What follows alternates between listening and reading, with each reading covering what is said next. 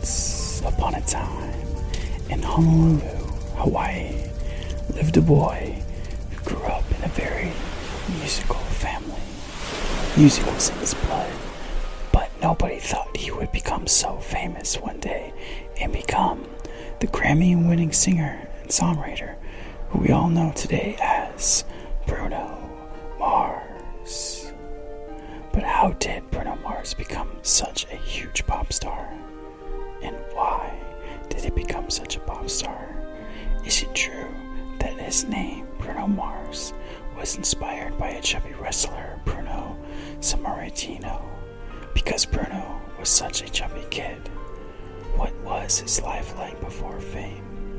It's time for me to answer all these questions and more, since this is ASMR. Aaron, back at it again with another daily video to help you relax. So lay back and enjoy the ride. I hope this read helps you get you through your day, or even better, I hope this video helps you gently fall asleep. I can't wait to get started. This is the tale of Bruno.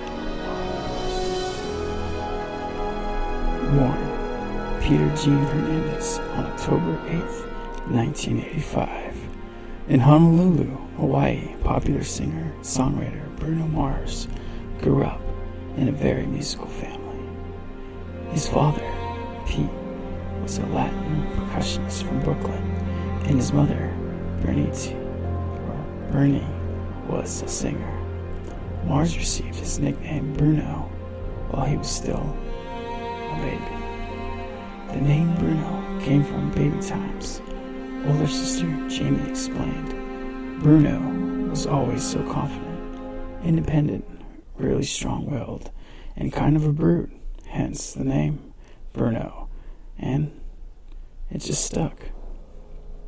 In Waikiki Beach, Mars' family performed a Las Vegas-style revue that included Motown hits, doo-wop melodies, and celebrity impersonations. Growing up around entertainers, Mars began picking up musical instruments from an early childhood. I've always had a drum set, a piano, a guitar, and never got trained to play, he says. It was later, just always there, he later recalled. That's just how I learned.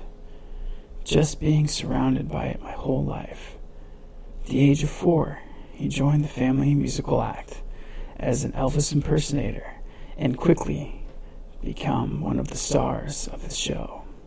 He continued to perform with his family through his childhood, and as he approached adolescence, he added Michael Jackson to his impersonation repertoire.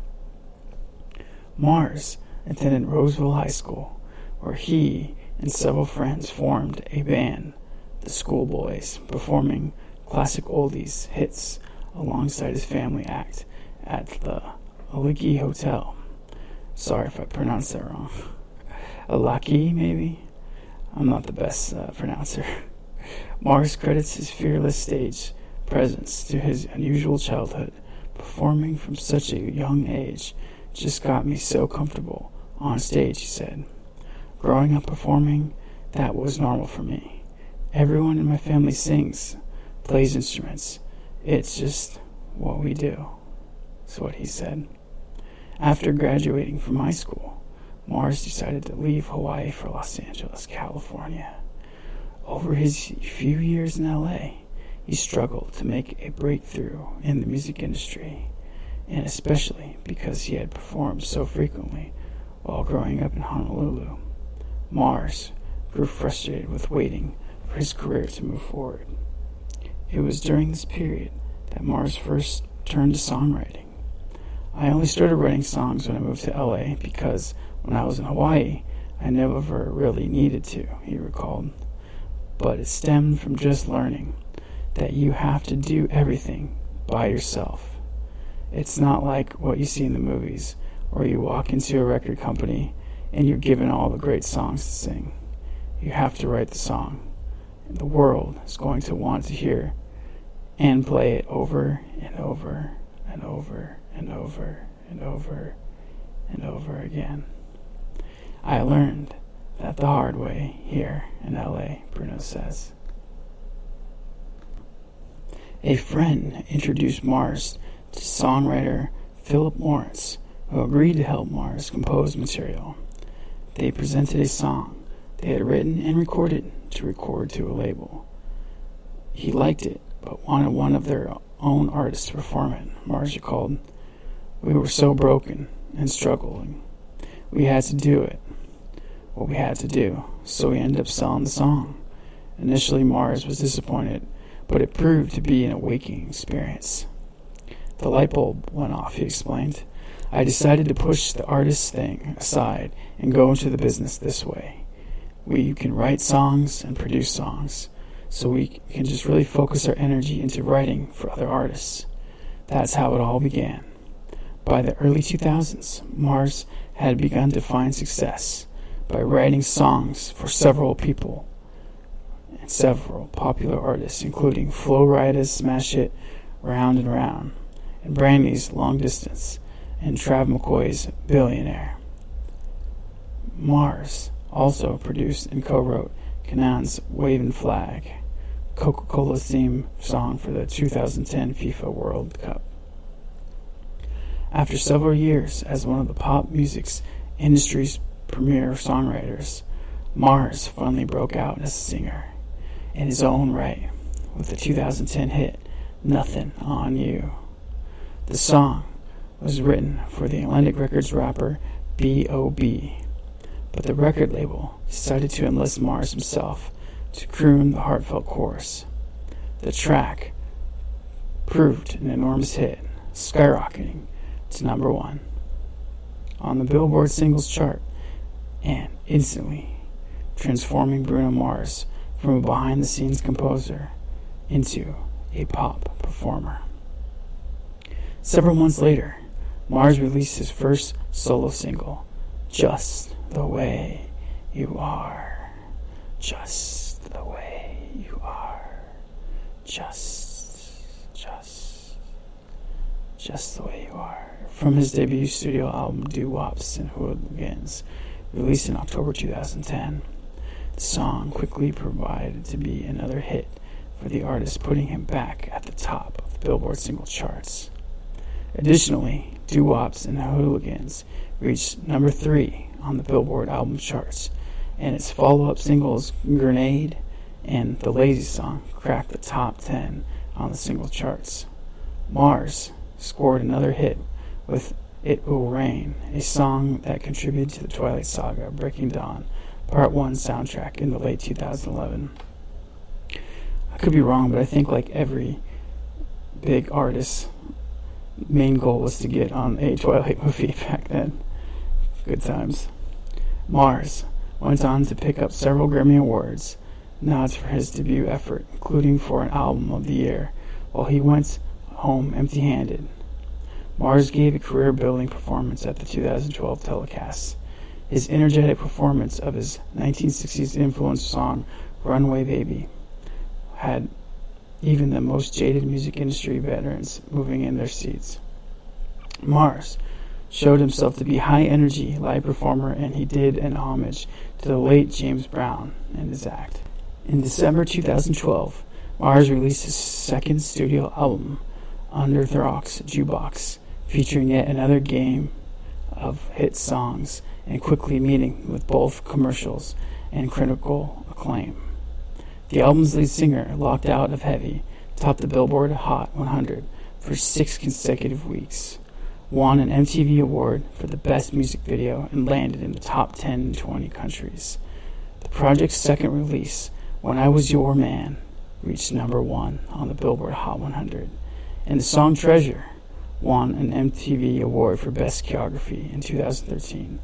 And in 2014, Mars also won a Grammy for Best Pop Vocal Album. He continues for Mars as he collaborates with producer, singer, songwriters Mark Ronson. The two had a big #1 tune with their dance jam Uptown Funk from Ronson's 2015 album Uptown Special. In 2013, September, news broke that Mars was selected to be part of the halftime entertainment of the next Super Bowl. This honor put him in the same leagues as such past performances Madonna and Justin Timberlake. Mars returned to the Super Bowl stage in February 2016, performing at the halftime show with Beyoncé Knowles and Coldplay. And just a week later, Beyoncé presented a Jubilee Mars and Ronson the Record of the Year Grammys Uptown Funk. Mars continued his immensely successful run and release of the third studio 24K Magic in 2016. The album included the catchy title track Retro Tinted Dance number running on Uptown Funk, as well as the sultry That's What I Like, which climbed to #1 on the Billboard Hot 100. Mars cleaned up at the 2018 Grammy Awards, winning in all 6 categories, for he drew nominations including Record of the Year, Album, Song of the Year as well. He also delivered a quality performance alongside Cardi B for his single Finesse, cementing his standing as arguably the top all-around act in the business. After a relatively quiet year, Bruno Mars has announced his first concert dates in 2020. The mega pop star has shared the details of Las Vegas residency at the Park Theater, set to run in March and April, with 5 performance schedules. Mars only performs of 2019, or at the same venue aside special Super Bowl Fest in Atlanta. I hope his 2020 dates will get figured out soon, for him and for everyone else, since he's an amazing artist. But in my opinion, he's amazing. I already said that. Maybe I should just stick to the script. Anyway, and so ends the tale of Bruno Mars, who lived happily ever after, entertaining fans around the world to this day.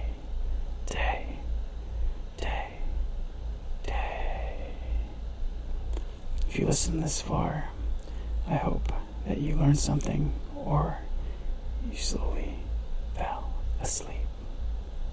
If so, don't forget to like and subscribe and comment below on what we should read next, or if I should continue reading in low voice or whispers, since I'm getting comments telling me to do both, but I can't figure out which one I should stick to. So please keep your votes in by commenting below. All that aside, I hope you guys have a great day. See you tomorrow.